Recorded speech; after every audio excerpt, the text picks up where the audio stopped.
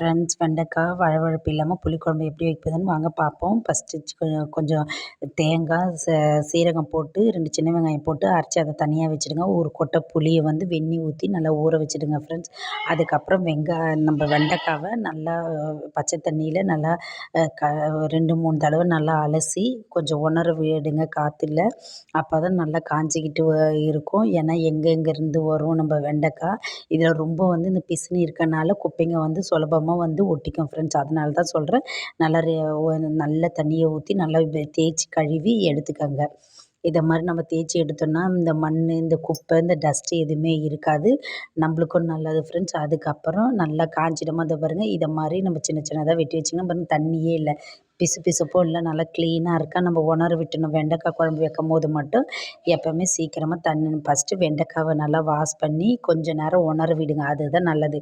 அதுக்கப்புறம் வெறும் சட்டி வச்சு இந்த வெண்டைக்காவை வந்து வெறும் சட்டியில் வறுத்து எடுங்க.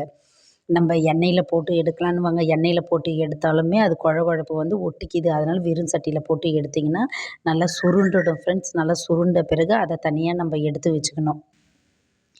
ஏன்னா இதில் இந்த கொஞ்சம் பச்சை ஸ்மெல்லு போயிடுமா. இதை மாதிரி நல்லா சின்னதாக சுருண்டு வந்துடும். அதுக்கப்புறம் நம்மளுக்கு என்ன வேணும்னா 2 தக்காளி, 2 வெங்காயமும் அதுவும் எடுத்துக்கணும் ஃப்ரெண்ட்ஸ். 2 தக்காளி, 2 வெங்காயம், கொஞ்சம் கருவேப்பிலை, கொஞ்சோண்டு பூண்டை வந்து தட்டி வச்சுக்கோங்க.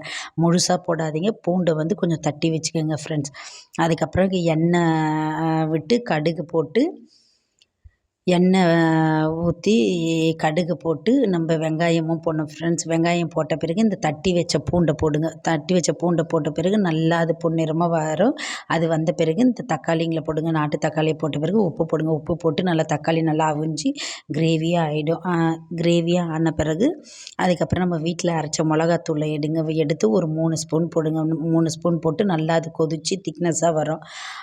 நல்லா திக்னஸாக வந்த பிறகு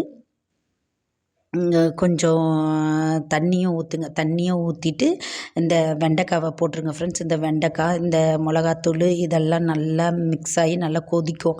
நல்லா கொதித்து நல்லா ஏன்னா நம்ம தண்ணி ஊற்றினா தான் இந்த மிளகாத்தூள், உப்பு, தக்காளி, வெங்காயம் எல்லாம் நல்லா கிரேவியாக ஆகும். அதுக்கப்புறம் நல்லா கொதித்து கிரேவியாக வந்த பிறகு நம்ம இந்த தேங்காய், சிறு சீரகம், சின்ன வெங்காயம் அரைச்சோம் பார்த்திங்களா, அதுவும் அதோடு ஊற்றி நல்லா கொதிக்க வைக்கணும். நல்லா கொதித்து வந்த பிறகு நம்ம சாப்பாட்டில் சூடாக ஊற்றி சாப்பிட நல்லாயிருக்கும். வெண்டைக்காய் வந்து வழுவழுப்பு இருக்காது.